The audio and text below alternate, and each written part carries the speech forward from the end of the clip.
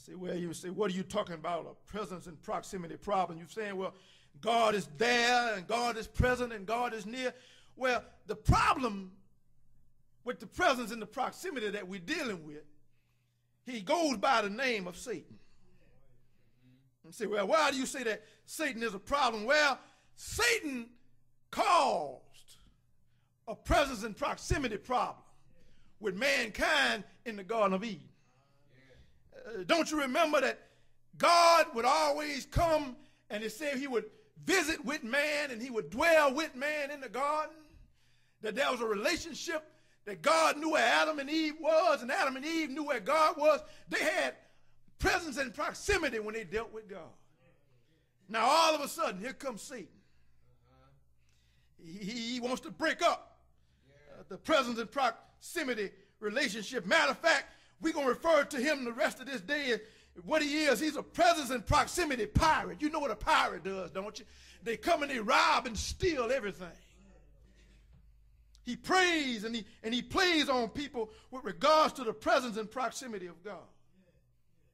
You say, well, what do you mean he plays and preys on people? We know something about that. Young people, you see, that word play didn't come just lately. Getting played started in the Garden of Eden. So you understand, see, Satan the pirate, he deceives people into thinking that there are places they can go and things they can do to hide from God's presence and to stay out of God's proximity. You notice what he's wanting you to do now? He wants to get you out of the presence of God. He wants to get you away from the proximity of God. He don't want you to get too close to God. He wants you to get far away from him. So he does everything he can to make you stay away from the presence and stay out of the presence. Well, what do you mean? He told Adam and Eve that they could cover themselves with fig leaves and hide in the midst of the trees to get out of his presence and proximity. But you notice that didn't work. He told Cain he could put his hands behind his back and hide in the field where he was harvesting all of his grain, but that didn't work either. He told Jonah, you don't have to go to Nineveh. You know you don't like them people in Nineveh. You can't stand them people in Nineveh. So this is what you do. God can't get you, and he can't get to you if you go to Tarsus. Say, well, just to make sure you get out of proximity of God and God so that God can't see you on the ship. When you get on the ship to Tarsus, make sure you go down in the bottom of the ship. If you get down in the bottom of the ship, then God can't see you. Then once you head to Tarsus, you're going to be out of the presence and proximity of God, and you have to worry about them people in Nineveh. God going to have to take them out. But that didn't work either. What did God do? Say, I'm going to show you something. I'm going to take you out of that presence and proximity that you're putting yourself in. And I'm going to send a special ride just to gather you up and put you where I know I can see you.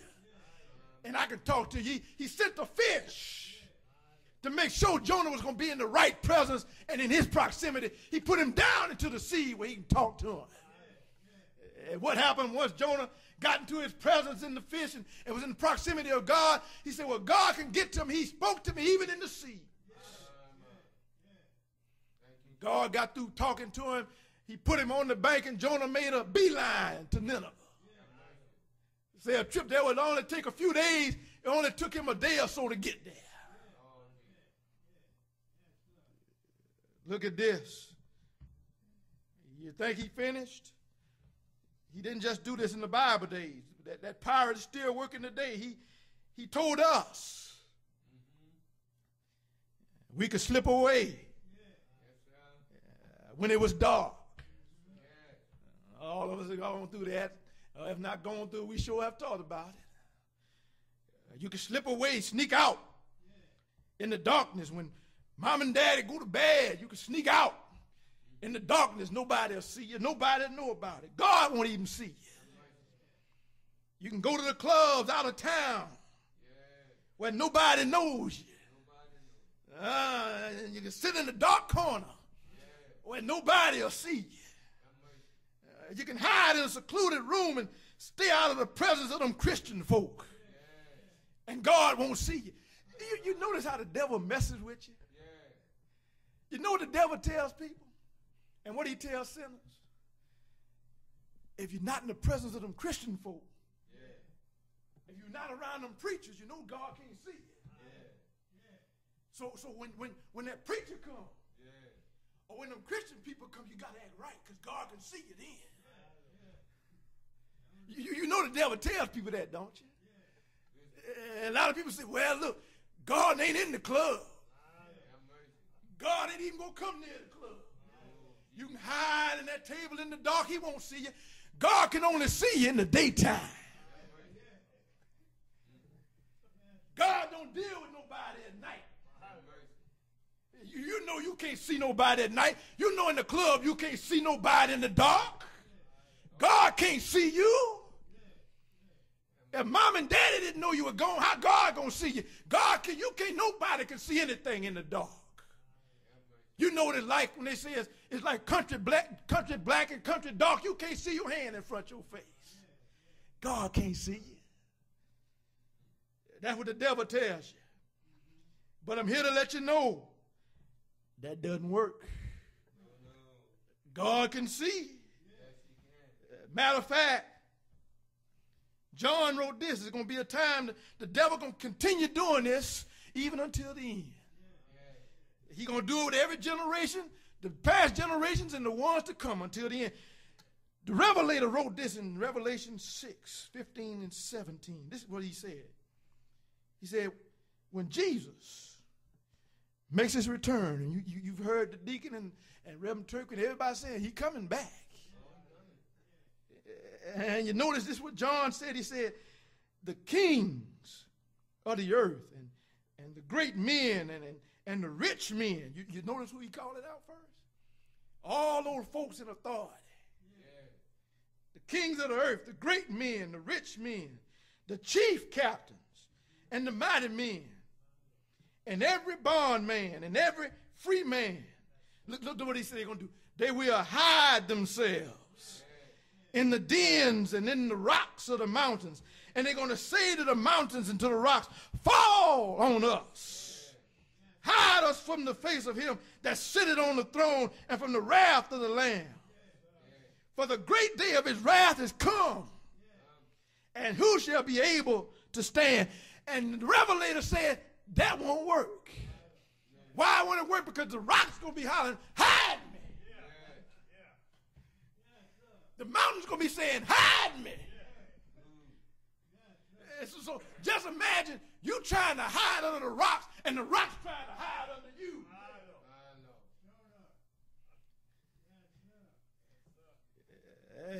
You can't run from God.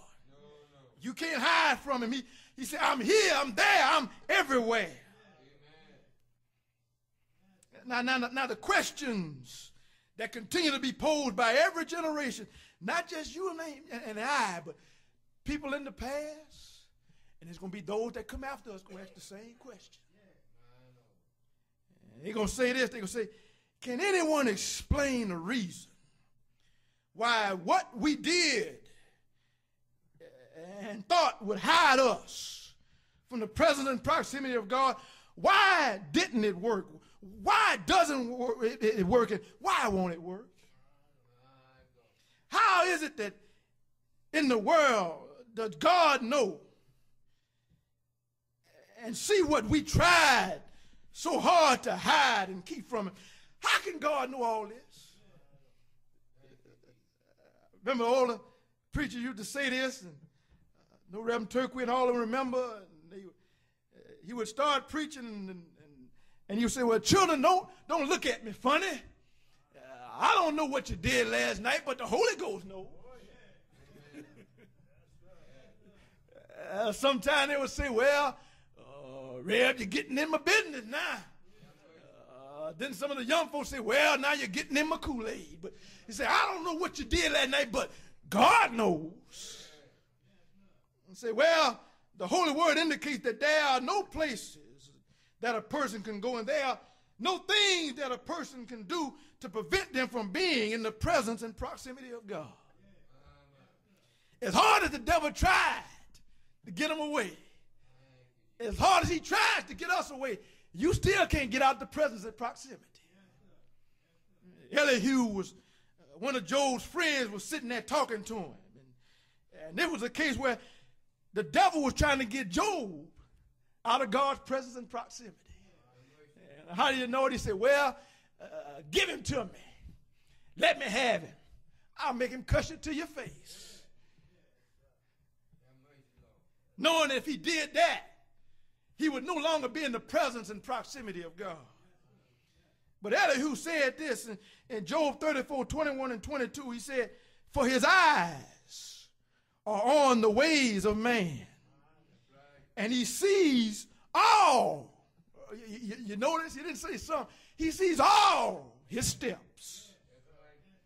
There is no darkness nor shadow of death where the workers of iniquity may hide themselves.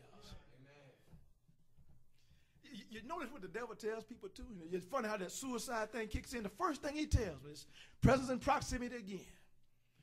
You want to get out of this?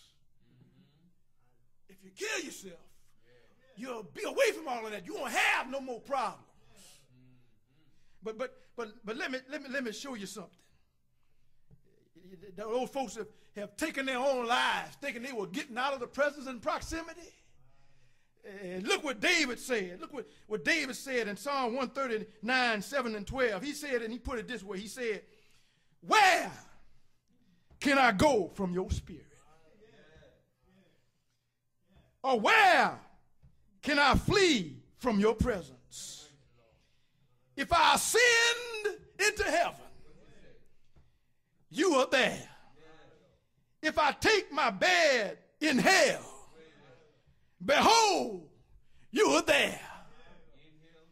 If I take the wings of the morning and dwell in the uttermost parts of the sea, that's what Jonah was trying to do, is he get on the waters and get away from it. He said, even there, your hand shall lead me, and your right hand shall hold me. He said, if I said, and see, this is where we make the mistake. David talking about this now. He said, surely the darkness shall fall on me. And say, look, if I get out in the night, the Lord can't do nothing with me. And what was the song they used to have back in the day? Some of the young folk don't know nothing about this, but they made a song about the freaks come out at night. Understand? But David is saying even a freak is seen at nighttime. God sees everything. This is what he said. He said, even the night shall be light about me. Indeed, the darkness shall not hide from you. Look, the darkness can't even hide from God. Well, why can't the darkness hide from him? Because he spoke to the darkness, and the darkness became light.